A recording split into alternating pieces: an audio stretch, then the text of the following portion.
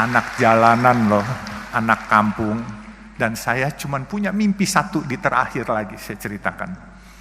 Mimpi saya baru terrealisasi 3. Mimpi saya adalah membangun tempat ibadah buat umat Islam, kebenaran agama Islam. Membangun masjid atau musola sampai 1000 biji. Ya. Saya baru 3. Maaf, saya bikin masjid yang oriental look. Bentuknya Chinese look. Itu bukan apa-apa. Saya ingin menyebarkan syiar berdakwah. Kebenaran saya keturunan Tionghoa. Jadi saya ingin mencoba menyebarkan syiar kepada teman-teman Tionghoa. Kebaikan dari agama Islam apa. Supaya mereka tidak jauh, sehingga saya bikin bentuknya seperti yang ada di negara Tiongkok. Makanya saya bikin pertama di masjid di Warakas Papango, itu masjid Baba Alun pertama.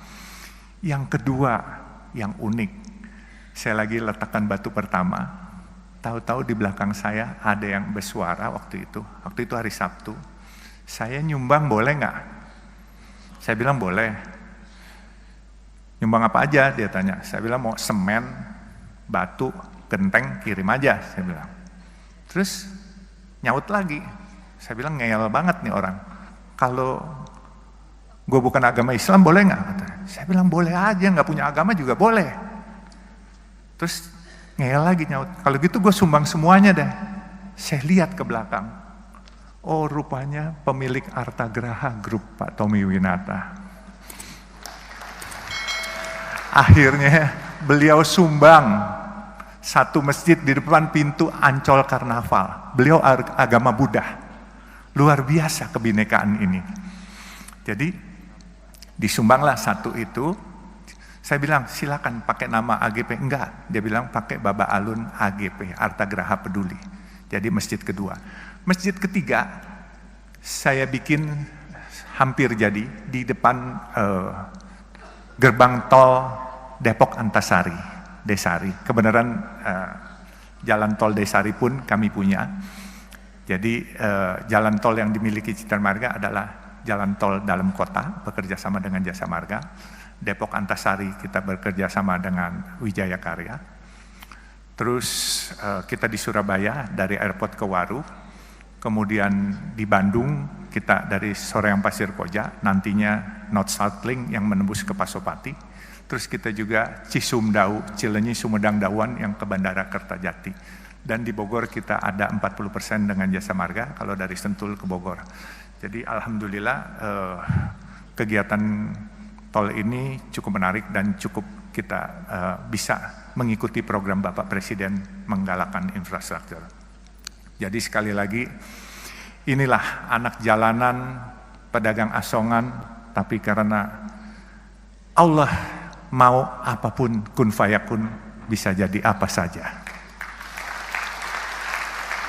Seperti tadi dikatakan Bapak yang bicara tadi bahwa jangan sombong. Itu penting. Bukan hanya jangan sombong. Harus selalu merasa iba atas kekurangan dan kebutuhan orang lain yang belum tercukupi. Insya Allah rezeki itu datang bagaikan tsunami. Benar-benar, ini saya sudah alami sendiri. Saya alhamdulillah, buat saya dulu megang proyek atau megang duit 22 juta nggak bisa. Sekarang kalau dikasih proyek 22,5 triliun tidak akan merubah lifestyle saya. Saya tetap berpenampilan ke kantor pakai celana jeans.